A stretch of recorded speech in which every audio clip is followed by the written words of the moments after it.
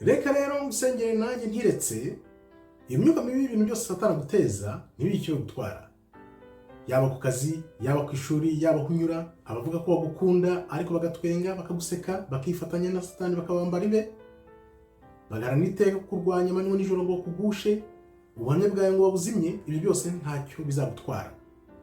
Wibuke ko tudakirana n'inyama n'amaraso, ahubwo ari imyuka mibi yo mu kirere nk'uko tubisoma muri Efeso 6:12, kuko tudakirana n'abafite amaraso n'umubiri, ahubwo n'abategeka isi y'umwijima n'imyuka mibi y'ahantu ho mu ijuru. Byongeye Kristo aratubwira ngo muri Yesaya 5:17, ariko nta ntwaro bacuriye kurwanya izagiye ikigutwara, kandi ururimi rwose ruzagurya kurwanya uzarutsinda. Kristo waguhanze aravuga ati humura ndi kumwe nawe.